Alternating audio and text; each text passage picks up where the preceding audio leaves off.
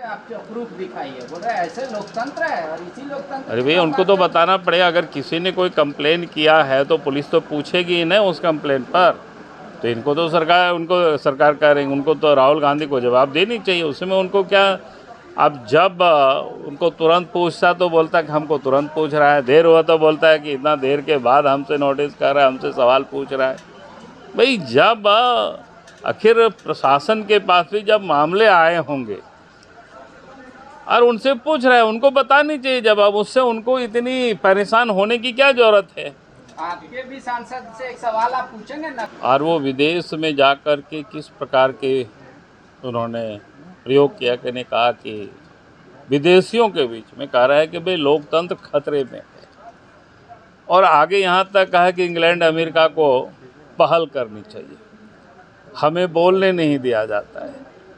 भाई आप सब ने देखा कि कन्याकुमारी से लेकर के कश्मीर तक लगभग 4000 किलोमीटर की यात्रा की, और रोज जितना भाषण देना था भाषण दिए, प्रेस से मिले, कहीं किसी ने कोई रोका नहीं। अब पुलिस पहुंच रही है घर, कैसे भाषण दिया, बोल रहे सबूत ले आइए। क्यों विधानसभा में क्या कहते हैं, लोकसभा में भी उन्होंने पिछले सत्र के दौरान पूरी भाषण दिए, और लंदन गए तो कहा कि लोकतंत्र खतरे में, हमें बोलने नहीं दिया जाता है।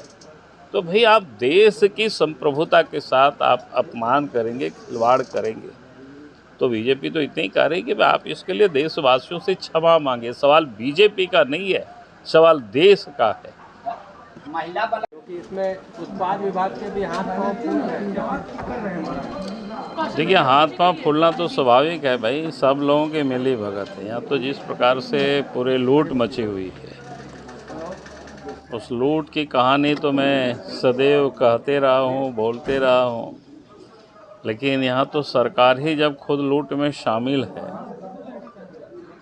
ये तो कभी कभी क्या बोलते हैं, एक्सीडेंटल जब पकड़ा जाता है तो जिसको बोलते हैं ना उगलते बनता ना निगलते बनता है, तब वो लोग परेशान होते हैं। लेकिन सच्चाई तो यही है कि लूट में लोग लगे हुए हैं, सब कुछ लोग लूट रहे हैं, चाहे बालू हो, चाहे पत्थर हो, चाहे कोयला हो, चाहे दारू हो, इसकी कोई सीमा रेखा ही नहीं है। पिछले दिन आप सब लोगों ने देखा कि एनजीटी का जो जजमेंट आया है सरकार के बारे में, इतनी खराब टिप्पणी की है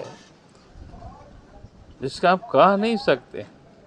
अगर थोड़ी सी भी हेमंत सोरेन के अंदर नैतिकता होती तो हमें नहीं लगता है कि चुल्लू भर पानी में डूब जाते, वो त्यागपत्र दे देते।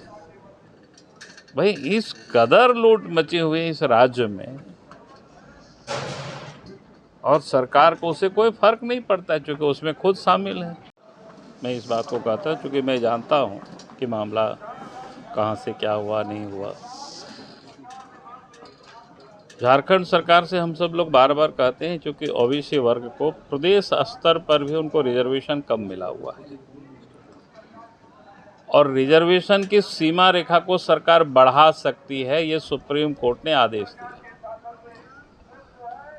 अब इनको करना क्या है, इनको एक आयोग गठित करके और फिर वो सेंसस बाकी जो भी होता है उसकी प्रक्रिया को पूरी करके, और फिर ओबीसी का जो हक बनता है उनको रिजर्वेशन देनी चाहिए थी। लेकिन यहाँ तो आप सब लोगों ने देखा कि राज्य सरकार ओबीसी लोगों को तो बिल्कुल नज़रअंदाज कर रखी है। कि पिछले दिनों जब पंचायत का चुनाव हुआ, उस वक्त चंद्र प्रकाश चौधरी जी जब सुप्रीम कोर्ट गए थे तो सरकार ने एफिडेविट करके दिया था कि हम ट्रिपल टेस्ट कराएंगे, यानी रिजर्वेशन की व्यवस्था करके ही फिर हम चुनाव कराएंगे। लेकिन जब नगर परिषद के चुनाव की जब सरकार ने घोषणा की थी तो उन्होंने फिर उसकी कोई चिंता नहीं की, यानी ये बिल्कुल जिसको कहते हैं नज़रअंदाज कर देना। फिर से जब चंद्र प्रकाश चौधरी जी कोर्ट गए तब फिर सरकार ने कही है कि नहीं अब हम ट्रिपल टेस्ट कराएंगे। तो कहने का अर्थ है कि आज राज्य में जो हेमंत सोरेन के नेतृत्व में सरकार बनी है, एक बड़ी आबादी जो उनकी अनुपात से काफ़ी कम है, उनको रिजर्वेशन नहीं मिला हुआ है, तो उनके बारे में उनको विचार करनी चाहिए थी और कुछ नहीं था आज तक में। ये तो 3 साल सरकार को बने हुए, ये तो 6 महीना का काम था। ये सारे काम को अभी तक निपटा लिए होते और ओबीसी वर्ग को भी रिजर्वेशन का जो हक है उसको देते, लेकिन